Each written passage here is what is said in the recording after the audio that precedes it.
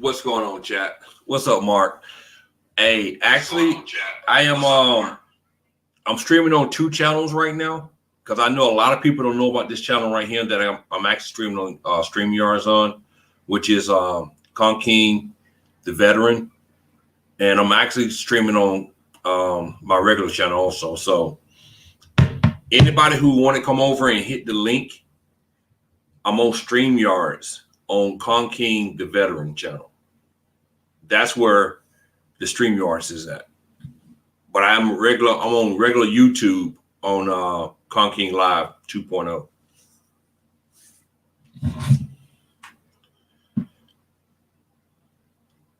What's up, Miss Angie? What's up, T? What's up, Exposing King? What's up, Cobain? What's up, Mark?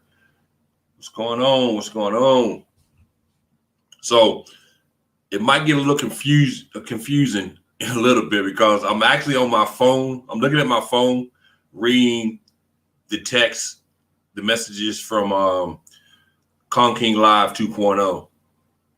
So if y'all really want to come on over to Con King the Veteran channel. That way I can read the chat from the StreamYards.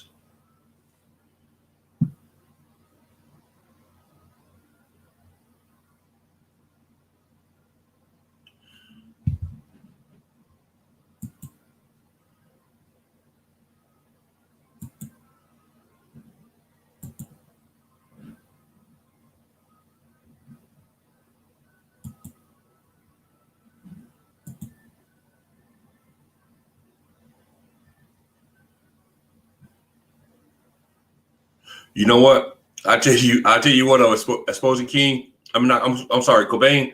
You know what, man? I ain't gonna lie to you. I don't even know how to turn it off. Be honest with you, I really don't know how to turn the chat off on that channel. I really don't.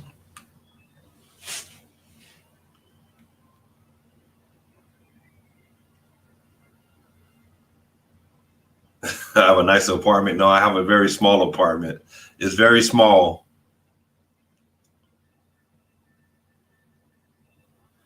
It's made for one person. You can't find it? I tell you what I'm gonna do, Dre. I'm gonna drop the link. I'm gonna drop the link in the chat.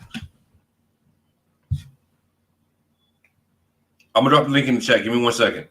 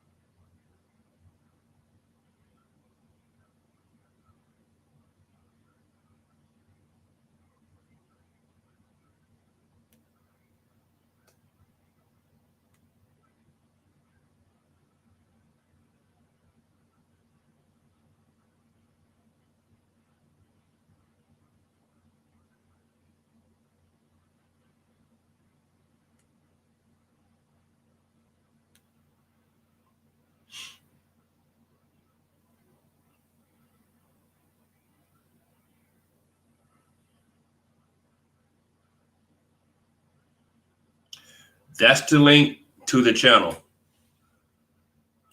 All right, what's up, T Black? What's up, Exposing King? All right, so I see y'all made it over.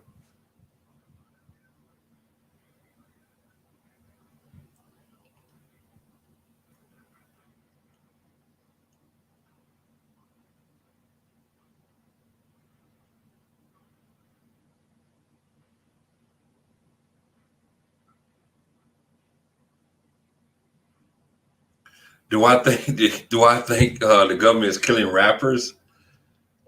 Y'all know how I feel about conspiracy theories. Y'all know exactly how I feel about conspiracy theories, so I can't answer that question. I can't get into that. What's up, Dre? What's up, Cobain? Made it over. What's up, Purple One? What's up, Lady Steele? What's up, Jason? What's going on? GGB. I can't answer that question. I'm sorry. But I can say this right here. Before I get into before I get into this subject that I want to talk about veterans and try to get some stories going, let me say this right here.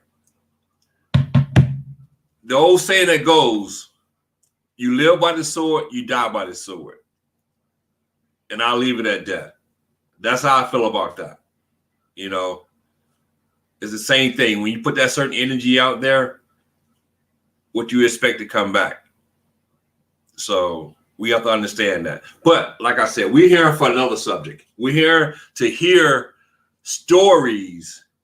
We're here to hear stories about military, funny stories. I'm going to tell you a couple funny stories that I experienced when I was in the military. You know, and y'all going to think it's funny. And y'all might look at me like, dude, are you really telling this story? But I'm going to tell y'all some stories. And I hope other people can join in and tell some stories also. But it is what it is. So how everybody doing today? And salute to all the veterans out there today. Lady Steele, Mark. I know Lady Steele's a veteran. I know Mark is a veteran. I'm not sure about anybody else in the chat right now. So if you're a veteran and I don't know you're a veteran, salute to you. You know, today is your day. So I appreciate it. But I guess I'll start off with a story when I went to Greece. My first time going to Greece, Rhodes, Greece. I went to Rhodes, Greece. I was 20 years old at the time when I was in Greece. And we was in, matter of fact, was I 21? I might have been 21.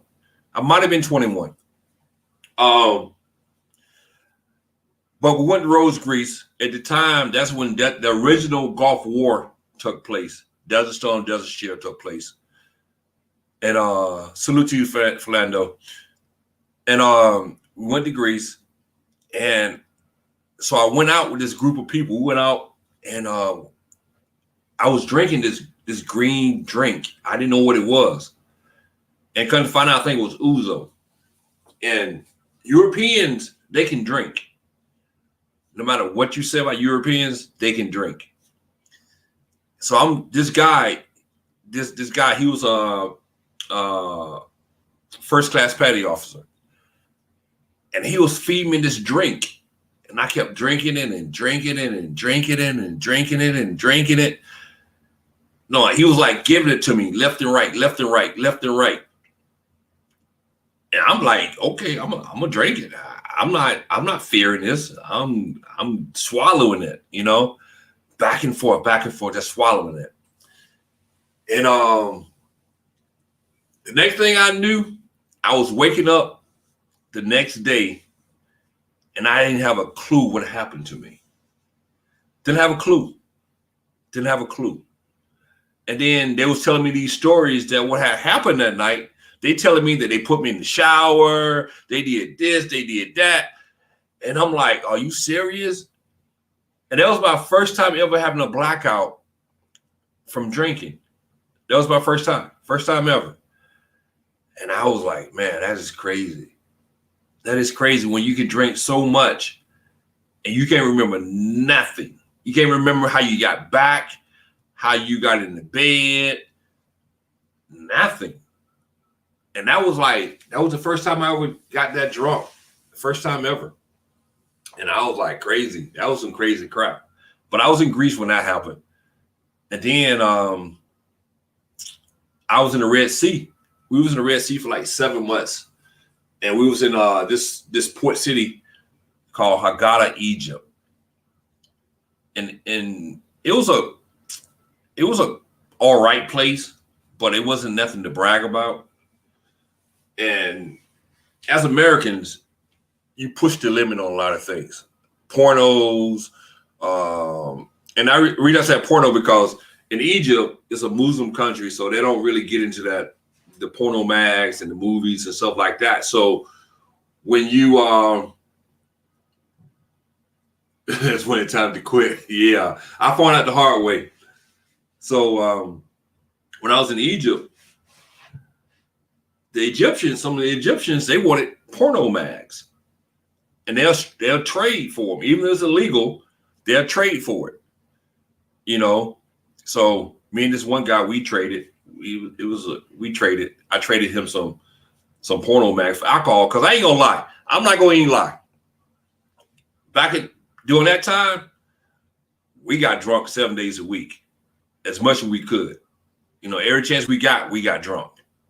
Bottom line, you know, that's the thing you did on your off time. You drink. And that guy, he gave me like, I'm gonna say like $100 worth of alcohol for a magazine, for a simple, cheap American porno mag. He gave me $100 worth of drinks, that is. And I got drunk that night.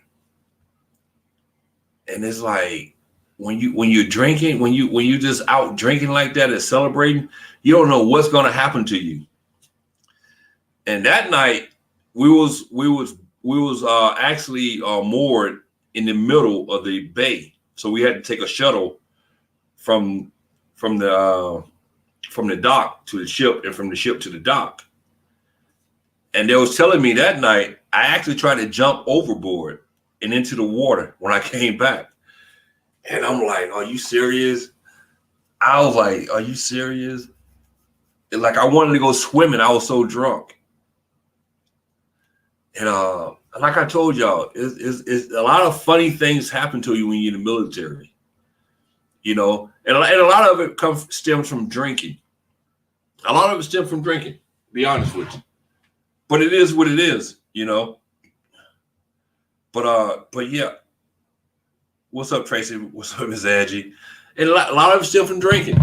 You know, when you so-called stress and when you hit a port, you want to relieve that stress. And you want to drink, you know? And I had this guy. I had this guy when I was in when we went to Mayport, Florida. Mayport, Florida is like one of the second largest bases, Navy bases on the East Coast. And this is not my story. This is a story of a guy who went out into town. And this guy, he was a funny guy. He was a funny dude. I got a lot of respect for him. He was a guy from West Virginia. He was one of those stereotypical white hillbilly type guys, big, husky. You know, he had the slang of a West Virginian. And this guy went out. He went out into town and he met this female. So he came back the next day. He was telling this story. He was like, yeah, I met this female. She looked good. She was fine. She was sexy. And she was all this, you know, she was just all that in a bag of chips. And he said he went back to her house or whatever. And they started messing around. He was kissing her and messing around with her and stuff like that. And he said that he started feeling on her. You know, she had titties and everything. He started feeling on her, you know, filling her up in the whole nine. And he said he started going lower and lower and lower. He got down to the crotch area. You know, he think he dealing with a female. He really think he dealing with a female. So once he started feeling down there, he realized, now this is another drunk story too, because the guy was drunk. He was drunk. So he started feeling down there and he felt the dick.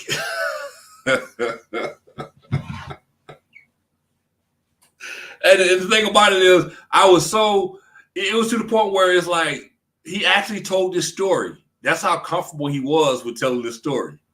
You know, to the point where he realized he was with a man. Even though he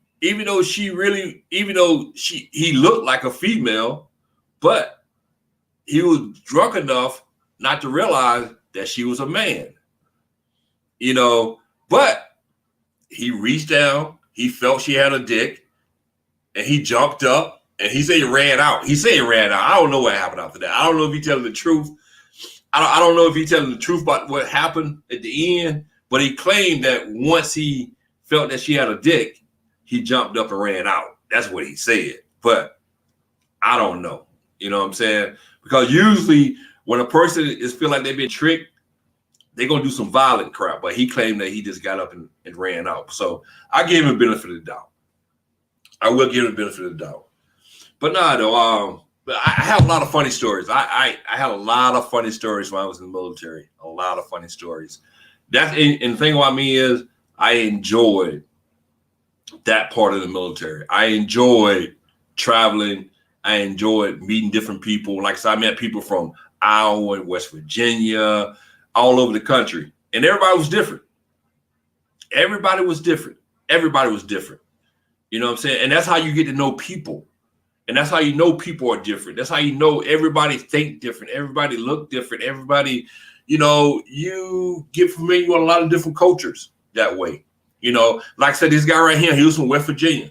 Come on, he was like that stereotypical big hillbilly type, and it was, and the thing about that guy, this is one thing I really loved about the military. That guy I was telling you about from West Virginia, he really didn't know black people that well. And the reason why he didn't know black people that well, because he wasn't around a lot of black people. But when he came into the military and he got to be around a lot of black people, he realized that black people was cool. It changed his whole outlook on black people. So one thing I can say about the military would take a person who's not diverse in thinking and learn them to be diverse. Learn them a different way of doing things. Learn them a different way of looking at a person. And that's something that I really appreciate about the military. That's one thing I did get out of the military. But another thing I got out of the military was, if you're from a small town and you don't have a diverse way of thinking, it can harm you. This one kid, he wasn't built for the military. I'm talking about, I'm in the Navy. So the Navy is not like the Army or the Marines where, you go through this physical routine type of exercise. I ain't gonna lie. We had it easy, we had it easy compared to the Army, to the Marines, even to the Air Force. We had it easy when it comes to exercising, PT. We had it very easy. Matter of fact, once you get through boot camp, you really didn't have the PT anymore in the Navy. It wasn't about PTing. Yes, you had to pass a physical once a year. Yes, they wanted you to do a certain amount of this and a certain amount of that once a year. But on average, it wasn't anything, hard that they wanted you to do. But this kid was from a small town in Iowa. And this is a true story. He had never, ever been around a black person in his life, per se. That's what he said. And he did not interact with people. He came into the military. He did not know how to interact with people. He made it through boot camp. He made it to a ship. And the guy ended up losing his mind because he did not interact with people. Matter of fact, the guy ended up going to the executive officers cabinet and put on his uniform. And putting on his uniform, he put on his uniform. And that's when they knew that he had lost it. And they ended up giving him a medical discharge behind that. I've seen a lot of different things, a lot. What's up, Big Chief? What's up, Big Chief? Big Chief's in the house. And Big Chief can kind of, tell you more than I can, because he's actually a chief. But yeah, I experienced a lot when I was in the Navy. I really did. I had this one guy. He was a failed SEAL. It was kind of funny. He was a failed SEAL.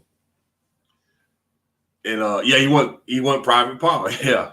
He was a failed SEAL. He came to the ship, because once they kick you out of SEAL training, they pretty much put you anywhere.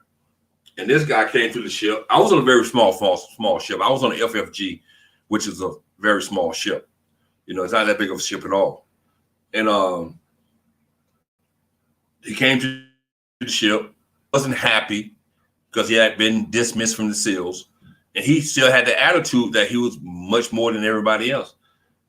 And this is what turned me off from the military right here. This incident right here, what got me so turned off from the military. This guy attacked me we got into it. He attacked me, and we got into it. And then we went to Captain Mass. Well, what happened was we went to I think it was called Chief Mass. Correct me if I forgotten, but there's 3 steps when you get punishment. It's 3 steps. You go to NCO type mass, you go to executive officer type mass, and then you go to Captain Mass. So I was in good with the NCOs, and the senior chief, he loved me. Matter of fact, the senior chief was a quartermaster. He wanted me to be a quartermaster, and so he liked me. So he actually wanted to dismiss my case. He really did. But the captain was an asshole. So he said, "Nah, I want to see all, disciplinary cases." So I went to see. I ended up going to Captain Mass, and the guy ended up taking my money and put me on restriction for 30 days. And I didn't like that. I was like, this is all politics, But the other guy who was being kicked out anyway, he was actually being kicked out.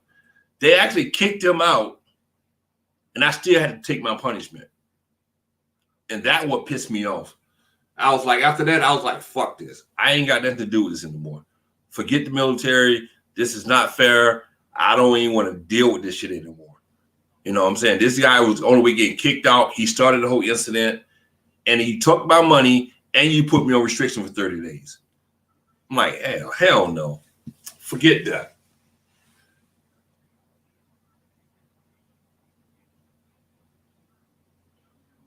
No, actually, he got kicked off for another reason, though, because he failed SEAL training. Once you fail SEAL training, it's not anything, because a lot of people fail SEAL training. SEAL training, I forget the percentage, but a very small percentage of people make it through SEAL training. So it's not about being kicked out SEAL training. He was getting kicked out for another reason. And so he was in. So it's not stolen valor because he actually was in. But SEAL training had nothing to do with it. It was something else he was getting kicked out about. Because basically he was pissed off because he did fail SEAL training. So, but no, it wasn't stolen valor. He's not a Chucky. He's not a Chucky. He's not a Chucky at all.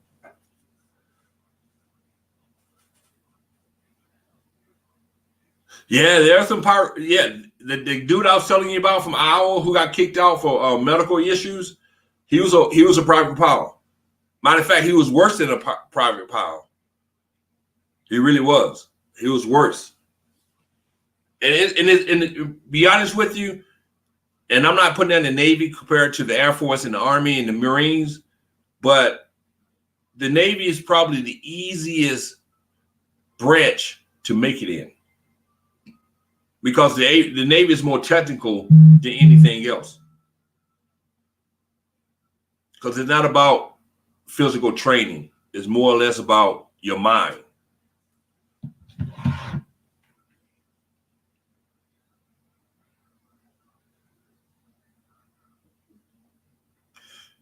What's up, chat?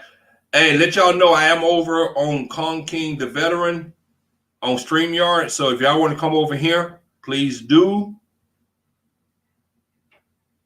Because y'all actually listen to me I'm streaming on 2 channels right now. So if y'all want to come over to StreamYard, y'all more than welcome to. But if y'all want to stay over there, y'all can stay over there. But I'm not really paying attention to the chat on my regular channel right now.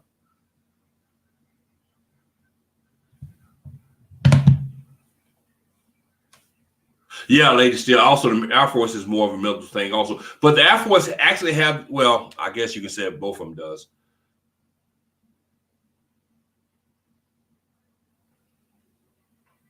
But I can tell y'all a sad story, too, that I encountered when I was in the military, which is sad.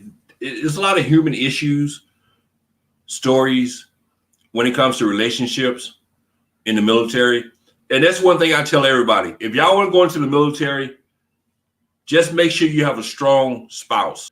Make sure you have somebody who really wants to be faithful to you, love you, regardless how long you're gone, and you can trust. I had this one kid. He was my age. He was Rademan, and we had been overseas already for 7 months. We came back in March. And so in that summer, the summer of 91, we decided they decided to send us on a Great Lakes cruise where we went into the Great Lakes for like, I think 3 months. And we came back from that. This dude went home. And his wife, like I said, this dude was young. He was like 20, 21 years old. He had a child with this girl. He was married to this girl. And I don't know the personal life of this dude, but I do know this dude went home after we got back from that Great Lakes cruise. And he put a 12-gauge shotgun in his mouth. And come to find out, the story was told that his wife had moved someone else into their house. And she wanted him to be okay with it because he was gone so much. Like I said, we had just got back from a 7-month cruise into the Middle East during the original Desert Storm, Desert Shield. And then we left again. I think we left in July. I want to say July. We left in July for another 3 months. And when he came back, his wife had moved someone else in. This guy decided to take his own life. He put a 12-gauge shotgun in his mouth and blew his brains out because his wife decided that she wanted to move someone else into the apartment. You know, I seen grown men cry. I seen this one dude, he was an MS. And we was actually in the Middle East at the time. And he was crying like a baby. This guy was crying like a baby because his wife had sent him a letter, saying that she wanted to leave him. And then when I went to Greece, there was I want to say it was Wisconsin at the time, because they had brought the Wisconsin back, which was a battleship. And they were saying that the divorce rate on that ship was like 70%. It was 70%.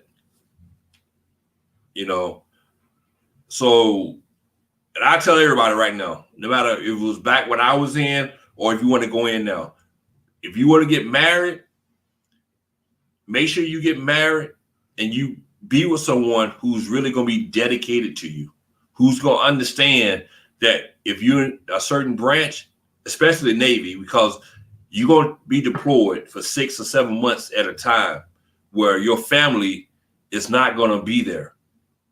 And you got to have someone you trust. You have to have someone you trust, you know, and that's the whole thing about it. The military can be a tough thing, not just because you in battle, because when you're in the military, you got to have your mind straight on the field and at home. It can devastate you. It can cost you your life. It really can cost you your life. And a lot of people don't understand that that is very stressful on both ends. You know, and a lot of people don't get it. I seen grown men cry. Like I said, I seen the dude, I didn't see him take his life, but you know, I knew he took his life. All over this, you know, all over a relationship. You know, you got to find that balance.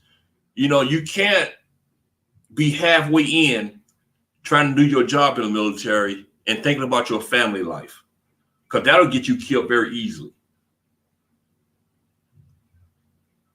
And people have to understand that. People really have to understand that. And that's why I said sometimes you got to understand when a person is being torn between their job and their family, it's very stressful. Very stressful. When I first went in, my first 2.5 years in, we had a CEO and he was a people person. I swear off God. I swear on everything I love. When we was in port, we worked probably 2 hours a day. 2 hours a day. Because he was the type of captain that believed that you should have as much free time as possible when you was important. Now, once he left and we got a new commander, he was opposite. He didn't care about your family. We ended up working 12 hours a day. And he didn't care when we was important. Because it was all about him. And it was all about him getting promoted. So the only thing he wanted to see what people turn to. That's the only thing he wanted to see.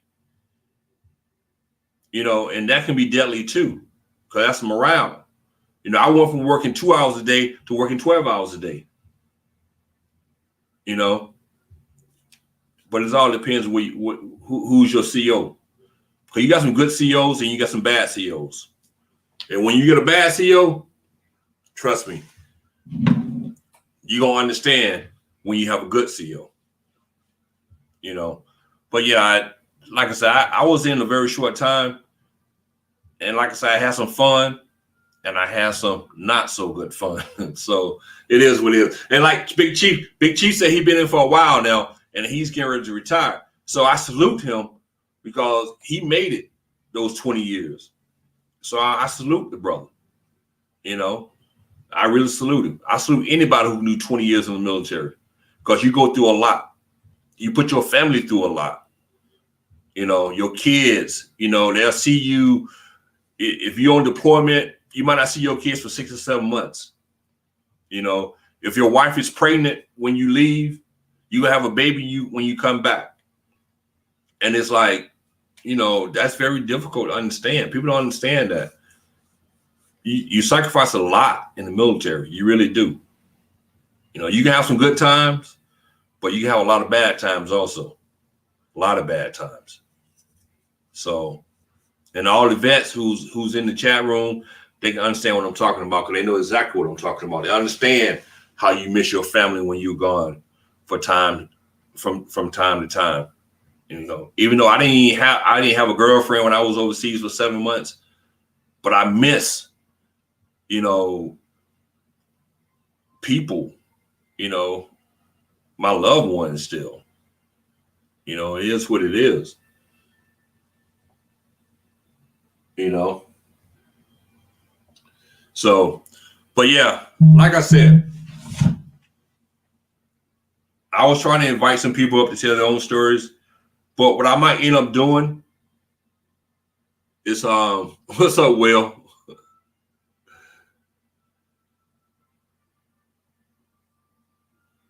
Yeah, Big Chief's getting ready to retire. You know, and I salute the brother, you know. Because I can understand he's in the military, he's in the Navy.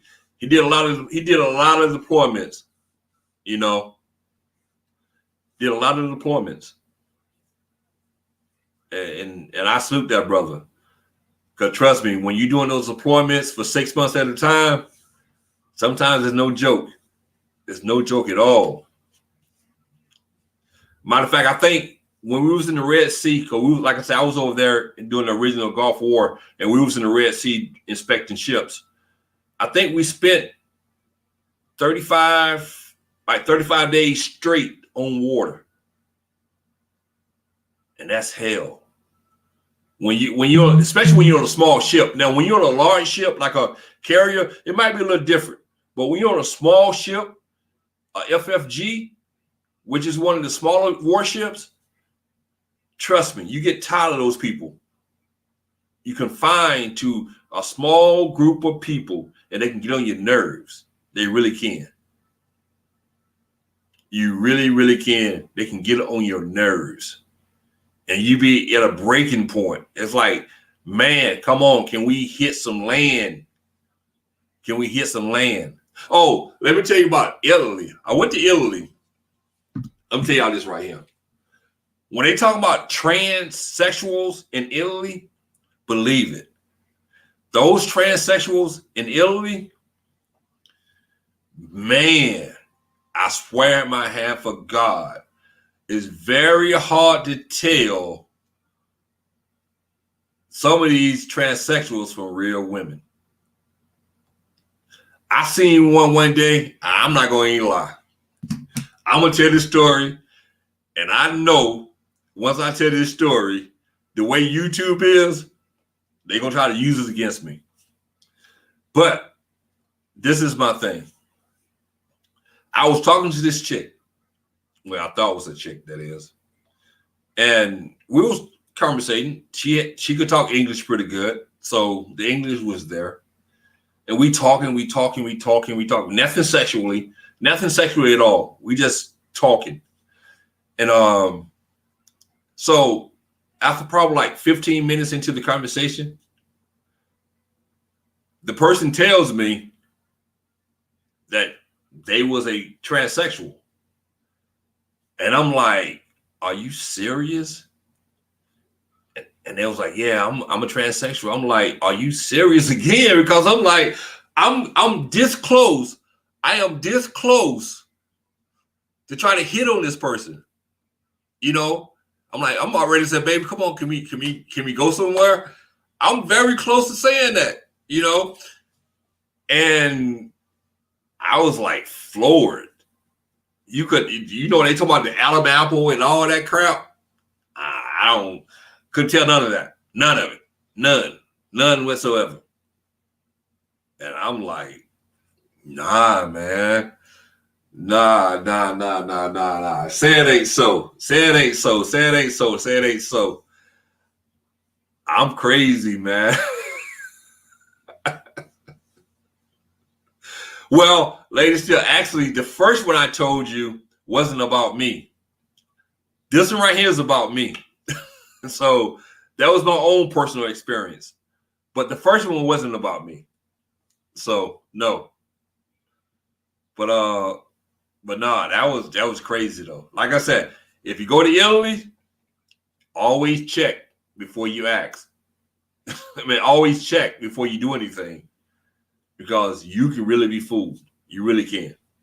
You really, really can. No ifs, ands, or buts about that. Cobain, get out of there, Cobain. Did I go to the room where? No, Cobain. I'm into real VJ, not fake VJ. Not at all, my brother. Not at all. I'm sitting here trying to read. I'm sitting here trying to read two chats, so y'all can excuse me. You said it didn't make me gay. Your Navy friend would say that. Well, you know what? Honestly, I don't even know what to think about that. You know, if you think about it, it's like you're not attracted to a man, you're attracted to a woman, so you can't be gay. Because it was a woman, you thought it was a woman, you know, you couldn't tell it was a man.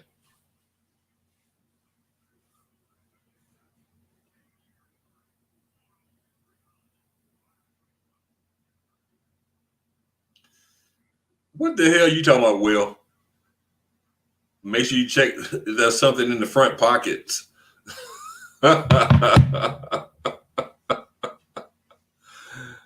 Oh, man. But nah, that's crazy, though. Is that move on for this conversation?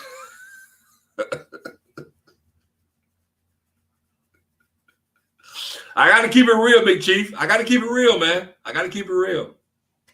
If I'm going to tell stories about the military, man, I got to keep it real. You know, those are funny stories to me now. You know, they're funny stories to me.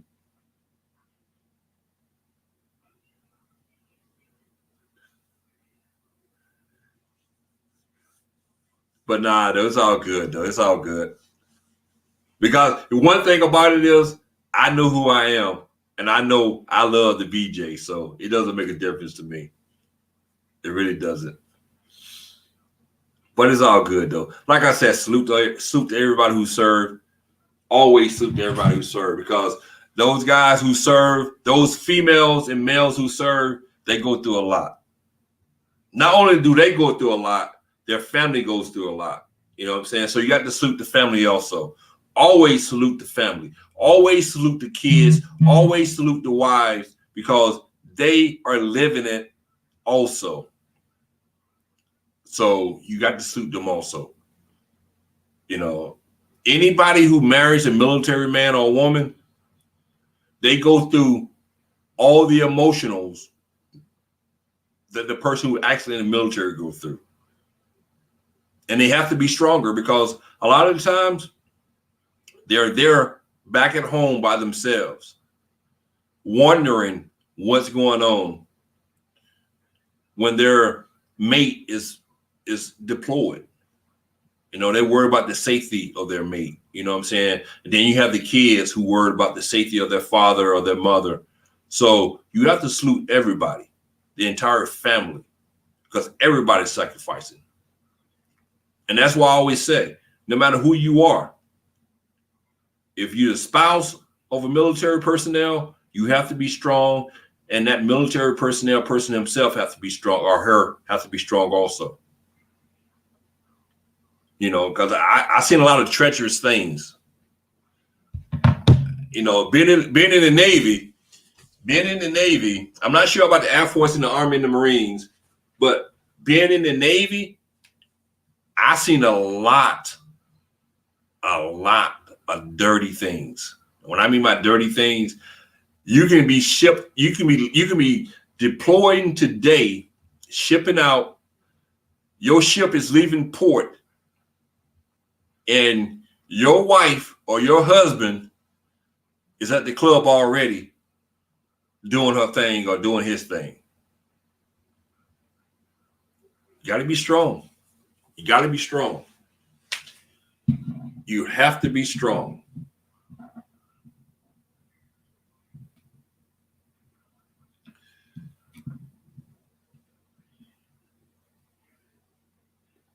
Well, really, you shouldn't be saluting as a civilian. You really shouldn't be.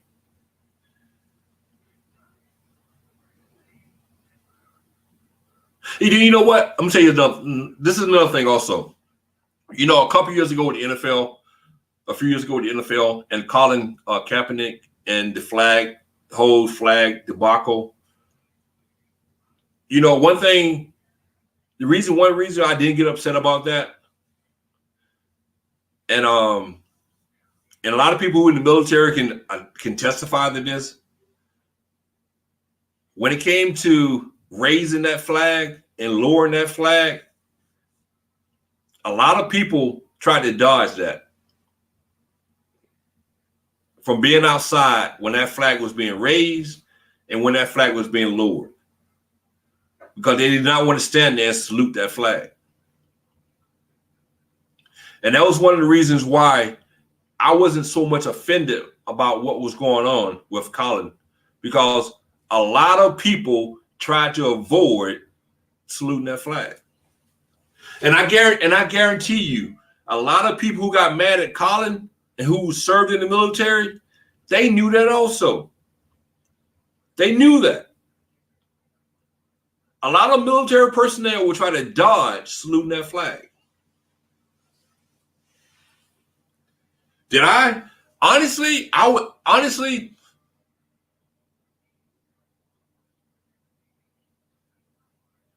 can't remember if I was ever caught outside during that period of time, because basically when you're on a ship and when you leave in port and entering port, they're gonna raise that flag and they're gonna lower that flag. So you're on the ship. So if you're outside on that ship during that period of time, you're gonna have to salute anyway. But I don't think I was ever caught outside on base during that period of time. Yeah, Big Chief, I didn't have no problem with that whole situation. I really didn't, because I knew a lot of military personnel tried to dodge saluting that flag. And that's why I didn't have a problem with it. I really didn't. You know, other people might have a problem with it, but I did, because I knew the truth. I knew the truth. You know, I knew the truth. You know, once you know the truth, You're not gonna get upset about it. If you're gonna be genuine about it, you're not gonna get upset about it. You're not. And that's my whole thing. A lot of people fake that. You know, when Colin, it was fake outrage with Colin. All these military personnel, they knew the truth. They knew people dodged saluting that flag. They knew that. But it was a political thing. It was all political. That was all about. It was all about politics.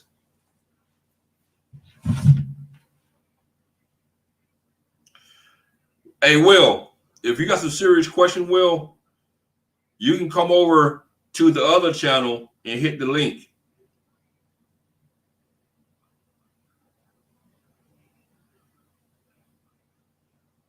What's up, Abdul? Hey, Abdul, I'm actually on the other channel. I'm gonna drop the link again to the other channel. Y'all can come over.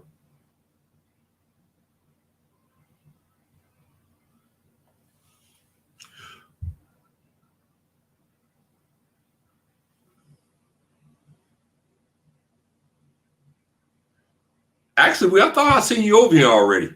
You didn't come over here? I thought I had seen you over here already. What's up, Doug?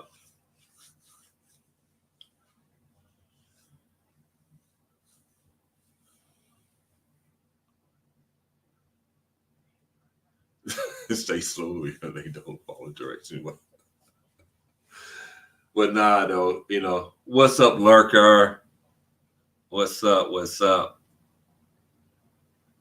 Yeah, I know it just got here. That's why I seen him pop in the chat. So I knew he had just got here. But Will, I thought Will was already over here already.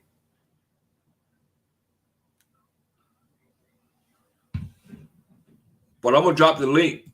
I'm gonna drop the link to this channel, this StreamYard over here.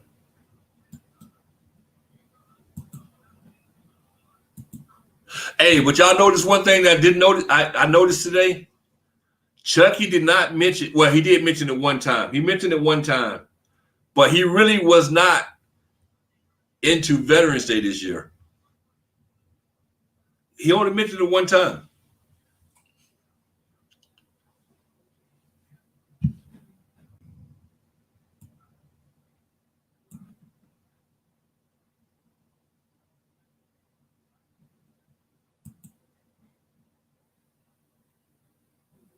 The movie's even wrong. Yo, what's up, Kong? What's going on, Will? Hey, I was dropping some jewels over there about Chief. I can't believe everybody missed it. Yeah, like, it's very, and I'm allowed to say it because for 6 months I was frocked to E8 as a first sergeant, so I technically outranked Big Chief, not only as a non-commissioned officer, but also as a warrant officer when I went to flight school for Rotary. So I'm allowed to say this.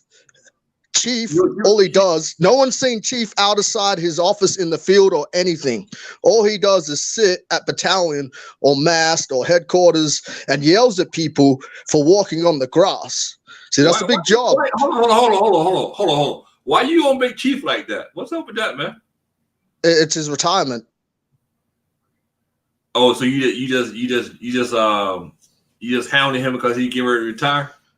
Yeah, because you're not allowed to punch him anymore because, like, when you did the gauntlet, when someone was retiring or, like, getting promoted, you know, you're supposed to give them a light tap on, like, you know, the shoulder crest with their rank and shit. But Army, being as dumb as the fuck they are, they started going too far and someone hit someone in the face with a 4x4, like going too far in the gauntlet. So we're not allowed to do that anymore. Stop it. Hey, we're an idiot, man. So let me know. But serious, if I'm lying, anybody that knows anything at least about the Navy knows that the Navy either wears like blue fatigues or like the ice cream man fucking, you know, like the ice cream suit. The marshmallow man. No. Because the only reason you're green is if you're tactical in the field, and that's what I was gonna say. Anyone ever notice why Chief wears a green uniform? Because all he does is yell at people for walking on the grass and transmission. Will, man, you crazy, man. Big Chief is up here now, so you don't know the subtleties. You don't know the subtleties. Like if you look up on Chief's like upper left, there's a little badge there. And what that little badge means is 20 years of impeccable service for keeping the grounds clean and you know, the brass. You know, you ever notice the rails? Rails are always shiny and brass, just like Tyra's tooth. That's not from me, though. That's from Bolson. No, this is real deal. Tell me I'm lying. Hey, Chief, what is your MOS again, Chief? Say that again. What is your MOS again? I'm Des. Oh no, I'm not Des. I'm yeoman, designated. Dude. I'm a yeoman. You're a yeoman. All right, Chief's the yeoman. All right. So Chief, hey, actually, Will, you know, Will is right though. He do have a cushion job. I will admit that. He have a cushion job. The whole reason I know is because I asked this dude at airborne school, like, why he was like fucking in some different, like, better uniforms. Because my whole thing at the time was like, why is the Navy wearing blue fatigues? If they fall in the water, they're gonna just blend in with the water. So how they're gonna get rescued? So I asked this dude at airborne school, like, what's the deal with that shit? And he was like, oh well, I'm tactical. Chief and Mr. Gipp both were yeomans. Man, y'all got it made, man. Y'all hands are clean. Y'all got clean hands. That's why I don't complain, bro. Like, I enjoy everything I do or don't do. But he right. As a chief now, I don't do much like I used to. I do a lot of sitting behind my desk and yelling.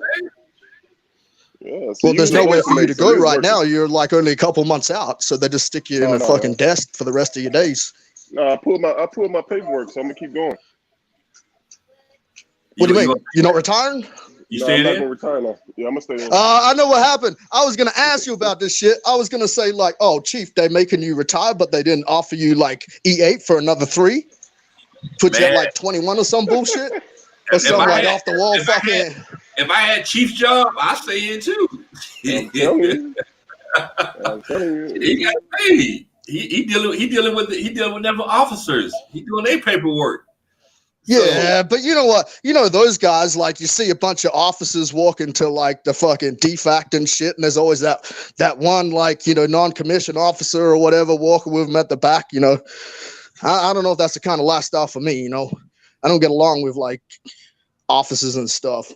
Well, no, Will, was you in the Aussie military? No, my son's in the Aussie Army. He turned his back on America. Oh, and no, I was in the American Army. Yeah. Okay. I joined the fly, but then I had to go with combat engineer because I was trying to run away from my ex-wife. Well, Chief, you try to make Master Chief. Well, I'm trying to see if I can make senior. Make SEAL? Like fucking David, what's his name? I don't think he said SEAL. He just said SEAL. No, that's what he said. That's not what I said. I said I'm trying to see if I can make senior. Oh, you going to All right. Well, shit. What you on the ship now? You on the ship already? I'm in a helicopter squadron right now, but I'm about to take on a nice little cushy job in DC for my next command. Okay. Oh my God! So now you're gonna get all the dress uniforms, all your uniforms paid for. You're gonna get like all the benefits of like everybody on Capitol Hill. Man, ain't nobody want to hear about your shit in the Pentagon. Next, I'm gonna fucking see you on Ancient Aliens. Big Chief, actually, you know what? From a retired Navy, had inside knowledge of like the Roswell incident. I had an MS Chief who he worked in the White House. Ancient astronaut theorist Will says yes. Well, I used to be on the CNO staff, bro. So I've done a lot of good shit in my career. I see. But you know what? Yeomans get duties though. You know what I'm saying? They get some good duties. What is a yeoman? So it's a paper push. I'm on paper push all day. Yeah, for officers, that is. He deal with officers. The PNNs deal with enlisteds, and the yeomans deal with the officers. So he got a Christian job all day, all night. All day, all night. So you're basically S1. No, S1 in our shit is supply. Yeah, I'm not supply. So your headquarters company? I don't even know what you're talking about, Will. I'm in the Navy, bro. I don't understand your Navy terms. I don't know that. I don't understand your Navy terms. So, most of the Navy terms. Will, put like this right here. When it comes to officers and their paperwork, as in enlisting and discharging and stuff like that, and taking out the officer paperwork, that's what he does. Right. That's what he does. Well, that's why you always get my shit fucked up, man? That's what I used to do. I don't do none of that shit now. I have so much he don't work now. He's the boss now, so he don't do none of that now. Yeah, he writes everybody's orders wrong. Yep. Man, what happened to my household goods? That ain't got nothing to do with me. That's the PSs, bro. Yeah, no, okay. Because, like the civilian transport company, because everything's outsourced now and they're using a different system. So what you're going to have to do is call them on yourself, and if you go pay for everything yourself first, you'll be reimbursed later. Motherfucker, I don't have that money right now, Big Chief. Yeah, but you get the money later. Yep. You know the drill, bro. You know how many times I traveled and the orders were wrong and then it's my fault and I had to do everything myself and pay out of pocket? All because of Big Chief. No, it ain't because of me. I had to suffer the same shit, man. Yeah, but you know what though? The yeoman, when I was in the military, the yeoman that was on my ship, I was on a very small ship, but the yeoman that was on my ship, he was cool. It was a black guy. It's kind of amazing that there's a lot of black yeomen in the Navy. And this guy, he was cool and he did the hookups with the IDs and stuff like that, and they got a lot of perks. They get a lot of perks. See, that's what I'm talking about, Kong. I'm glad you were listening to me because that's why I have so much animosity towards Big Chief. See, he's one of those guys that he should be just doing his fucking job for everybody. But if you're not cool with him, he'd be like, no, we're going for lunch. I'm like, but it's not lunch yet. Yeah, but read the sign. Not until after 1300. What are you talking about? We're not seeing anybody in the morning. Crazy. No more orders. No more 4187s, 200s. Nope. Hold on.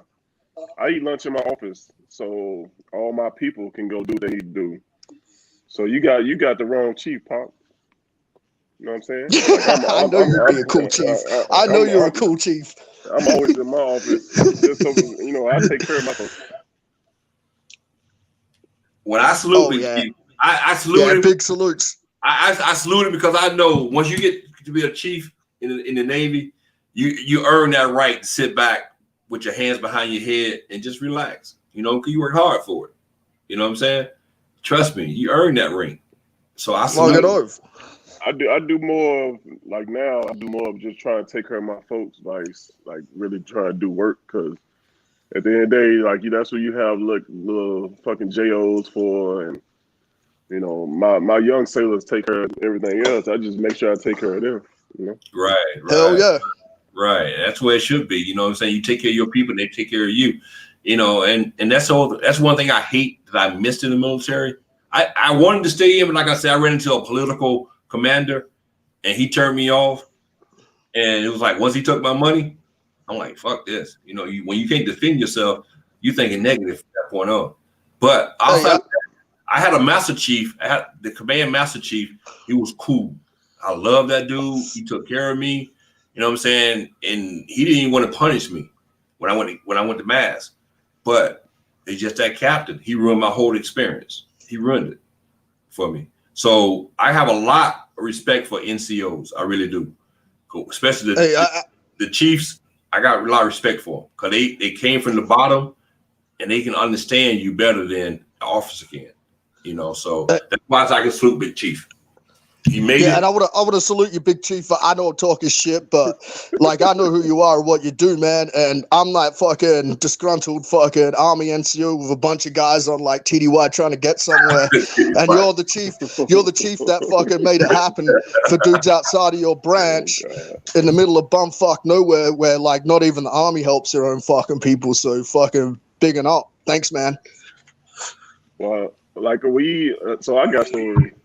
I actually just kicked out a sailor shit probably right before COVID, and he was one of those kids that came from the hood and all that kind of shit. Hey, I came from the same environment, right? Right. But he just could not conform to basic rules and regulations, policies and procedures, all that kind of shit, right? So Right. so the Navy literally kicked him out for like the dumbest shit, bro. So this motherfucker, like his first incident, he snuck into a girl's room. Okay, you can't do that, right? So he got in trouble for that. Second incident, shit, what happened? He was on base without a license. All right, they took his license, took his driving privileges, blah blah blah. So that's the second incident. So in the Navy, you got 3 times within a short period of time, and then they just gonna kick you out. Right. So the third time, dude, he brought on some girl on base. This motherfucker was drunk. He wasn't supposed to be driving on base because they took his privileges. So his dumb ass drove on base anyway. And now they scan all our IDs and all that kind of shit, right? So bam, here you go, dude. You don't supposed to be driving on base. They took him to jail. So this asshole tries to talk to me because at the end of the day, I am that chief that has the skipper's ear. So basically, Right. I can get you kept in, or I can get you kicked out. So when it came to me basically, mentoring him and all this kind of shit, like everything I did for him, bro, within that 6-month period, he just did not take in. And I told him, like, bro, I don't think the Navy's for you. You know what I'm saying? Like, if you can't do the simple shit, then you might as well just go ahead and pack your shit and go on. And that's what basically what our skipper did, bro. Like he pulled me into the office, had that conversation, and I told him, like, sir, it might be time for his kid to go home. And it's right when COVID hit, bro. Right when COVID hit. So you basically get kicked out with a general discharge, and it's hard to find jobs because wasn't nobody hiring. And I had the conversation with him. I was like, look, man, like as many times I tried to help you, you just did not conform to what the Navy is trying to tell you. So Right. I wish you luck. I wish you luck, and that was it, man. And what you said is true. A lot of people are not really suited for the military. I've seen guys come in and, like you said, they come from the hood or they come from somewhere where it's like rough territory and they don't get used to it. They can't conform themselves to someone telling them what to do. I ain't gonna lie. I wasn't from the hood, but when I first went into the military, when I went overseas and they was telling me I had to be in a certain time, and I'm like, I got to be in what? 8 o'clock curfew? Are you serious? I had issues with that. Now, someone who's worse than me, who's really from the hood, and you can't take instructions like that, yeah, you're gonna suffer. You're gonna suffer a lot. Well, that's not always the fucking problem. Like, if any of you guys have done retention duty before, like the military, well, not the whole military. I will say this about the Army, at least. Like, they are terrible at putting the right people in the right jobs. Terrible. And they don't let you switch over. And then, like, if you invest too much time into what they call like an unsalvageable problem soldier, then that starts to wear as a bad mark on you. And there's a whole lot of fucking drama and stuff like that goes with it. And when you hear Chief say he has like the captain's or the skipper's ear, like that's a big thing. And it's not like so much like on the side. It's a conduit. It's a very rare conduit that you find to where someone's actually able to fucking use their position, not for bad, but to help other people. Like your higher rank is not for you, and the extra money's not for you. It's for like the soldiers under you and shit. You know what I mean? And if you got everybody say like in the motor pool or down on the dock or something, like doing some bullshit scrubbing, you use that extra money, come down with a bunch of pizzas and Gatorades, makes everybody's damn day. Yeah. Right. Well, also, go ahead. Well, no, I'm sorry. Go ahead, bro. Go ahead, bro. No, what I was gonna say was also when it comes to having the captain's ear or the commander's ear or whatever, you got to understand one thing. That commander, to me personally, is a people person. You know what I'm saying? When he actually listened to the NCOs and let them make those decisions, I like a captain like that. You know what I'm saying? Because like I said, my last year in the Navy, I had a political captain, and he wasn't listening to no one. He made his own decisions. Mm-hmm. And so when Big Chief said what he said about he had that commander's ear, that's a good commander. You know what I'm saying? If you run into a commander like that, make sure you savor that moment because those are the good ones. But go ahead, Big Chief. Well, my thing is, like, I would say my last my last 5 commands have been like that because, you know, I was a fucking ship sec, and I don't know if Gip is in there, but Gip knows what a ship sec. Well, you should know what a ship sec is. So basically, I work directly for the triad. You know what I'm saying? The skipper, the XO, and the CMC. So, you know, that relationship built on my last couple of commands where they knew where I came from, so they knew, you know, all the changes that I did to basically better myself. Because you know, I'm from Highland Hills in Texas, and that's Oak Cliff, right? And you can look it up. It's one of the worst of the worst, right? But I had grandparents, my mom, you know, everybody trying to keep me and my brother from doing like the dumb shit. You know what I mean? But in the same breath, like I still hang out with a lot of idiots. You know what I mean? But at the end of the day, like I'm 6'7", so I'm 6'7" now. But you know, I always been tall. You 6'7"? You 6'7"? Bro. God damn, Big Chief. You is Big Chief. So well, I'm 6'8". I'm 6'8". Just to let everybody know. You ain't 6'8". But so that stature alone, you know, brings on a lot, and it's been like that since I've been in the Navy. But at the end of the day, like I know where I came from, and I know how I try to help those cats that are having a hard time. But my thing is also like if you can't figure it out, then I don't know what else I can do for you. And that's what happened to that cat. Like I've had a couple of dudes that I tried to help. You know, I'm all tatted up, they all tatted up, and the thing is, like, it's a stereotype about that. You know what I mean? But you know, once I come to a command, they see, hey, this dude is all tatted up, but I have my education. You know what I'm saying? I used to play college basketball, all that shit. You know what I mean? So you got to get to know the person is what I try to teach a lot of the JOs. You know, a lot of white officers who don't know shit. You know, they go off what they see on TV and all this kind of shit because a lot of them are not around a lot of minorities. I ain't gonna just say black people, but they're not around a lot of minorities. So my job at a lot of my commands, even when I was in DC, it was trying to teach them, you know, how to approach people, how to talk to people, things of that nature. So you know, I've been doing that my last couple of commands, just to try to teach. You know what I mean? So have you did sea duty yet? Have you did? Yeah. So my command I'm at now, like I came back from deployment in 2018. Oh no, 2019. 2019. So yeah, I'm at a seagoing command now, but I'm in a squadron.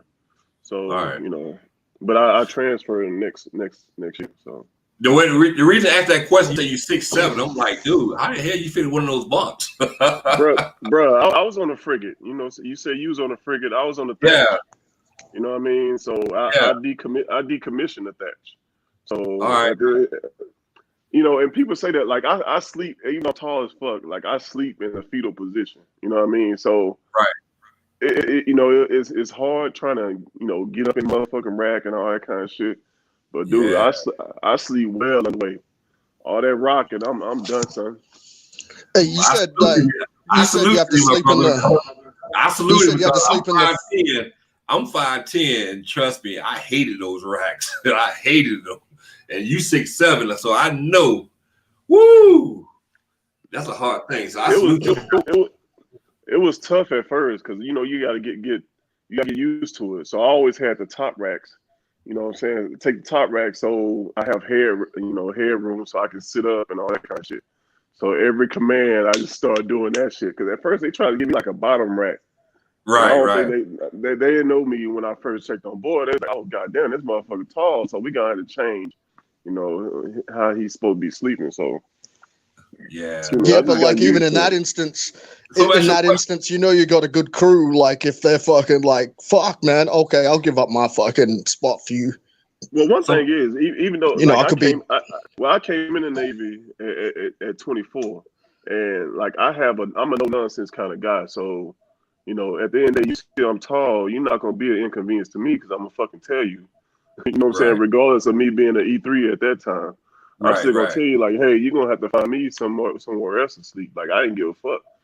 You know what I mean? So, like, and the thing is, like, I've always been the same person my last 18 and a half years in the Navy. You know what I'm saying? But at the end of the day, you figure out ways to acclimate yourself to your new environment. You know what I mean? Like Right. I always try to show people like, hey, it's not foul to fucking follow instructions. Doesn't mean that you have to change who you are.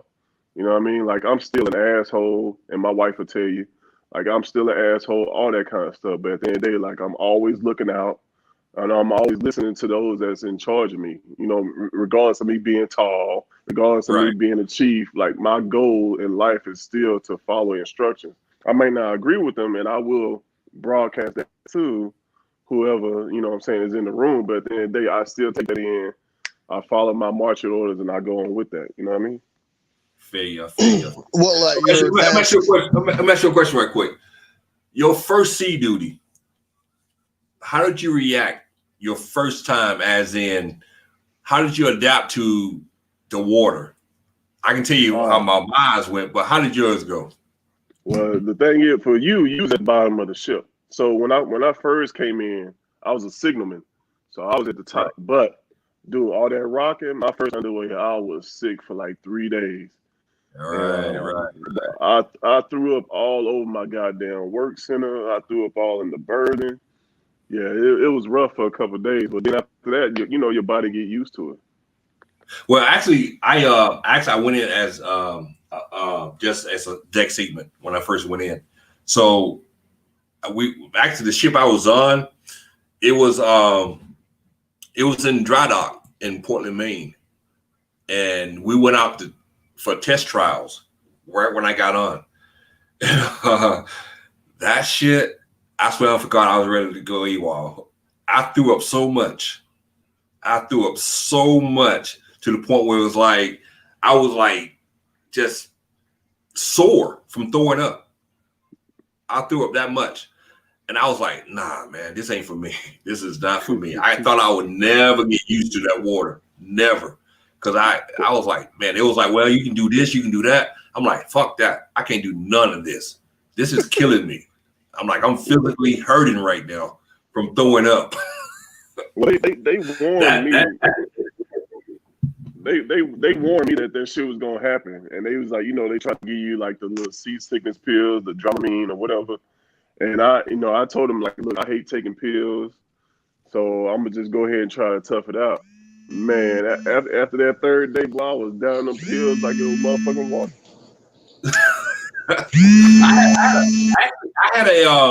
I had a trash bag.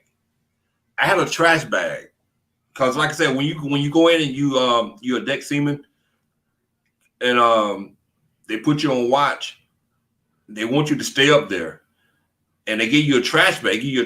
And I had a trash bag, and it was the most disgusting thing you could ever see.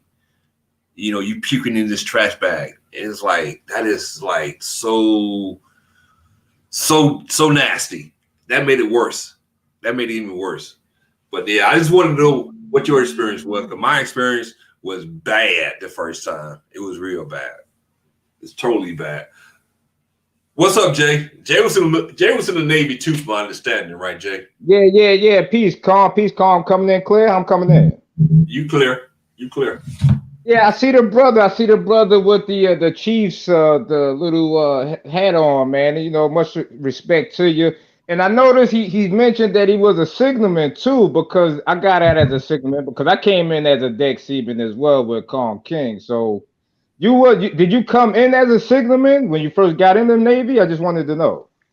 Yeah, I came in as a signalman, and then they got rid of us like 2.5 years, and then I went over to be a yeoman.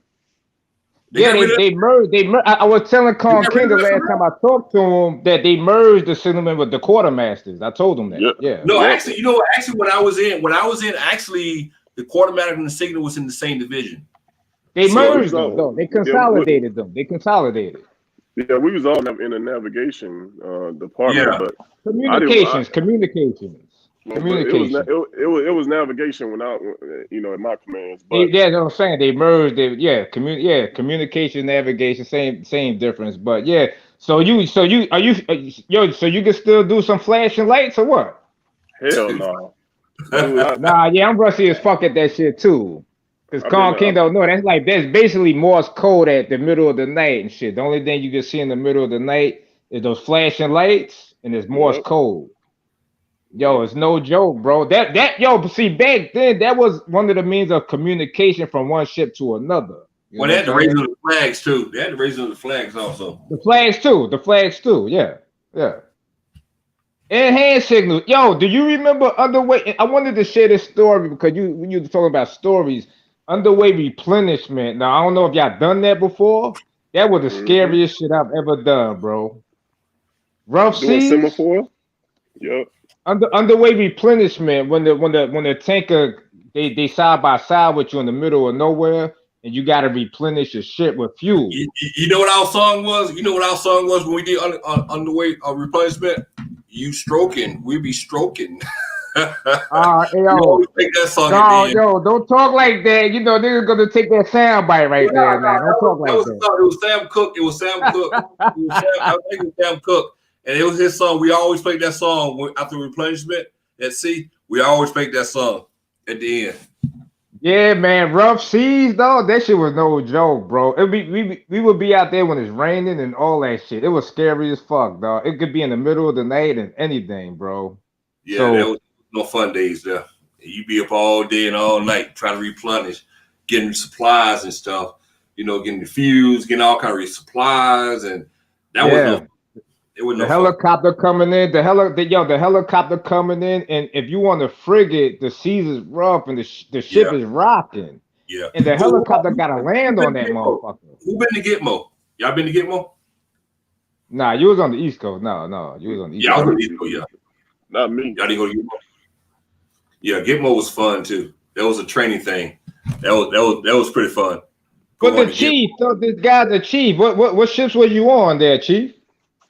I've been on the Stockdale. I've been on the Nimitz. I've been on the Donald Cook. I've been on the Thatch. What else? Been on. Did I say the Nimitz already? Came off the Stennis. Aircraft carrier. All right. Yep. I've had what? Two. I've had 2 DDGs, a frigate, and 2 carriers. Hey, did any of you guys float the Pacific? Or like that kind of loop? Westpac. Did you go to Australia, Jay? Yep. I've been to Perth. I've been to Brisbane. Bro, let me tell you something. Right, wait, Chief. I grew up in Perth. Fremantle, I went to school there. Let me tell you something. Australia was one of my best countries that I visited. That was by far one of the best. Chief, you been to my fucking hometown. Y'all been to my hometown, dude? Fremantle, Western Australia. I grew up there. I went to school there. That's where I grew up. Hey, if you want me to share a story, you're gonna have to mute your mic, brother. What story you gonna tell, Jay? But let me say this right here. I will say this right here. They said Westpac was much better than East Coast. Hell yeah, dog. Because there was more countries to visit. There was more countries. I mean, we had to stop through Hong Kong, fucking Australia, parts of Malaysia, all that shit, bro. Hawaii, all that shit. It was cheap. Yeah. I don't agree. You don't agree? I don't agree. I've done Westpac. I've done a med pack. I've done a crack pack. And the best coast in regards to deployment was going to South America. Oh well, you had to be on the West Coast to go through there though. So where were you stationed at? I'm on the West Coast now. What are you talking about? And I just came back from. Yeah. So why you saying that a Westpac ain't the best? Because I mean, of course, obviously the South Pack is the best because you're going to do Guatemala, Panama, Colombia, and all that shit. But yo, that's the point I'm making. You gotta be visiting all of those countries and shit. You know what I'm saying? And now, if you want to talk from a women's perspective, like the women down there, yeah, of course, South Pack, of course, yeah. Okay. Well, the closest I got to South America was Antigua. That was it. That's the closest I got to South America. Oh yeah, the women down there. Hey yo, do you remember? And I want to go back to my man. He was talking about Australia. Now the Aborigines down there in Australia. You remember that the movie The Last Dragon? Old girl that was that was the star in that movie. The Last Dragon. You mean with Sho'nuff and Sho'nuff? Leroy Bruce Leroy.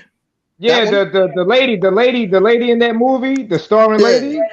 Yeah. It's nothing but those type of women up in that motherfucking Australia, though. They look just like her, shit. Bad to the motherfucker. Oh man, oh wow. The Aboriginal women down there, fuck yeah. Hey, we call them Aboriginal sailor sluts. They're sailor sluts. Because when your fucking ship pulls in down there in the harbor, don't be a hater. I used to go to school there, man. I'm not a hater.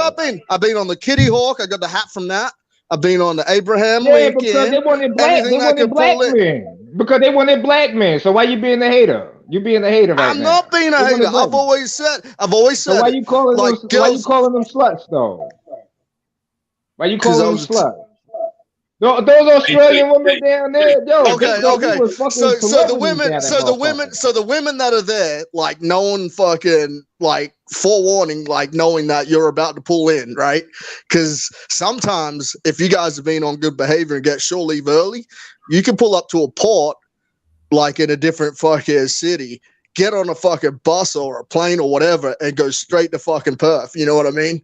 Before the ship even arrives. So they already know. So as soon as you pull in, as soon as you pull into Freo or you pull into like Brisbane or like Sydney, like there'll always be somebody waiting for you. And if they weren't sailor sluts, they wouldn't have taken you home, fed you, had a good time. Dude.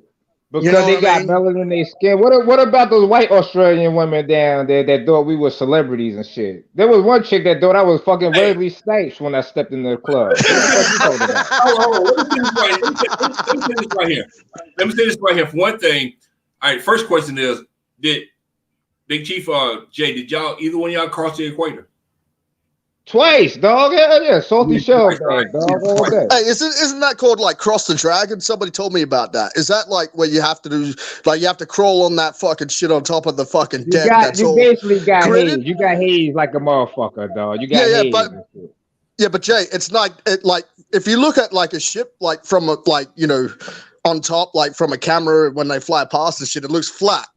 But that helicopter landing deck isn't fucking flat or just black tarmac. It's actually grids that you can't see. So you're just like low crawling, bashing your arms and shit. You know what I mean? Like that deck is very, very, very tough. Trust me. You don't want to slip on that deck. You can cause some bodily harm on that deck. It's called non-skid. Yeah, it's called non-skid. Non-skid. Yeah, but my next question is right. My next thing is right here though. When y'all was talking about these sailor sluts, let me tell you something. No matter where you go, you're gonna have females at those ports. No matter where you go. When I did a Great Lake cruise, I went to Chicago. I went to Minnesota. Not Minnesota. I went to several different Great Lake cities. And trust me, when you pulled in, there was pussy waiting. So it didn't make a difference what color you was or what you did. Trust me. Once you pull in, they was waiting for you. And that's the story I wanted to tell. I was trying to tell him. Because when we went down to Australia, right? This was late 1990s, early I don't remember exactly what year, but we was down there, right? I was 18 years old. In Australia. And we pulled in the port. And now when you go out on Liberty, the captain tell you, and make sure y'all go on the cruise, don't go by yourself and all of that shit, right? So we go to the bar hopping and shit. And when I went down there was some kind of basketball exhibition going on, and whatever the fuck was going on. So we went up in one spot, and one of the homies just happened to be fucking 6'8" and shit. We went up in the spot. They saw him. They thought, "Oh shit, this is a basketball crew right here." Shit, we didn't have to pay for a drink all fucking night, dog, because they thought we. So we went along with the shit. We was bullshit. We like, we here on the basketball team. Yeah, we part of this basketball team. We didn't have to pay for no drinks or nothing. The women was on our dick. It was hilarious, bro. Well, it doesn't matter, dude. Like, you got to understand from an Australian perspective, it doesn't even matter if you were a celebrity or not. You are for the night, dawg. Like, let's just fucking pretend that y'all are fucking those dudes. Let's just fucking funk the fuck up and just fucking cut up, play basketball, because it's fucking crazy, dude. Like, everybody else in the world sees America as different. than what you guys see here. And it's crazy that y'all have been in my hometown. The only reason I said that is because, like, I'm 38 years old right now. You know what I mean? Like, I was young in the 80s, and I've been on those ships. And then, like, in the 90s, I remember getting off school and cutting the shit with, like, you know, sailors and stuff. And I said, I don't know if you all remember taking the train, if you went there, but, like, I lived 2 stations up. Yeah, from between Cottesloe, that good beach. Yeah, you know how there was that rough area? It like kind of went like outside of Frio, like there was like a train yard, and then there was this one station where it looked good, but then there was like some fucking kind of projects, but then there was like a rich area, and then there was like a basketball court right there. Right? We were there, when we touched down, we were there for 3 days, and the women, those Aboriginal chicks down there was fucking flawless, yo. Dude, like I talked to fucking everybody there, man, when I was a kid. So there's a pretty good chance that we were fucking hanging out there. If anybody was in Frio and shit like that, because I was a street kid back then, you know. So I'd be on the street, you know. But I don't know. You kind of like to be my son, so you could be my son and shit. I kind of skeeted up in a lot of chicks down there, so I don't know. You a little bit old. And that's the great thing about I'm trying to figure out why you hate black people. But, you know, we're reconnecting. Y'all crazy. Y'all crazy. But Jay, not Jay, how old are you, Jay? No, I mean, Jay, I never knew my father. I'm in my 40s. I'm in my 40s, dog. I'm in my 40s. I don't think he's your father. Well, I'm in my early 20s, so my dad was like only a youngster. He was a sailor. My mom. You just said you were 38. You just said you were 38. Yeah. No, I said 28. You said 38, Will. No, I said 28. I know he's trolling, though. I play along with this nigga. He's trolling. I'm playing into your shit, Jay. I was playing into your shit. I'm not going to disrespect the ladies in the chat, all right? My bad. No. But no, it's a real thing. Hey, man, like, it's a real thing. I know, fucking swear to fucking God, on Tyra's dead daddy, that I know some girls that fucking don't know who their daddies are, and they're half Australian and they're half African American. No fucking shit. Well, you know what, Will? Be honest with you, though, and y'all can all agree with me on this right here. A uniform will get you a lot of tail. Bottom line. Yeah, but you're not supposed to say it. You're not supposed to say it. It's true, though. It's a fact. Yeah, but you're not supposed to say it. It's a fact. Yeah, but when you say it, we lose our discount. He sound like one of these stolen valor motherfuckers that put on a uniform to get some pussy, though. He sound like one of these motherfuckers. This guy. Jay, you always be coming up with this shit, man. Jay. You sound like a stolen valor motherfucker, though. Who got the feedback? Jay. This guy. Oh no, it'll be me. It'll be me grunting and howling and like. No disrespect to the ladies in the chat. Go reset your trolling shit, dog. Go reset. Reset your trolling shit. Come back. No disrespect to the ladies in the chat. But y'all realize a man fucking stolen valor. You must be talking to fucking Jack. Not Jackie Chan? Fucking Chucky. But a man can go to any city in the United States of America, any place in the world, pretty much, and wear a uniform and get laid. No matter how ugly you are or whatever the situation is, and get laid. That's how powerful that uniform is sometimes. That's why they're stolen valor out here. And I think you got one on your platform right now, dog. Just my opinion. Actually, Will, he did serve. He served. He's not a Chucky. Right. He must have got his ass kicked by a bunch of black men in the military. I could tell by his actions, by how he talks. I could tell. Hey, stop it. Motherfucker, how can you tell? Like, I'm like, Jay, like, I'm with you sometimes, but when you go off on this tangent, like, your powers of deduction and fucking shit. All right, Jay, just tell me how you think I'm a stolen valor. Go ahead and troll. Yeah, I mean, you're struggling right now, but continue. You're struggling. I've been drinking all day. Oh, you're drinking. Oh, but I'm the drunk and you're drinking. Oh shit! Oh, I never said you were drunk.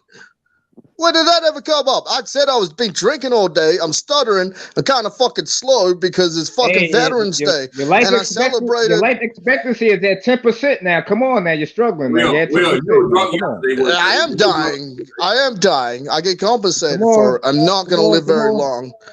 I'm already burning from the inside out. Keep up with us. You know we having a Veterans Day special. I can't keep up.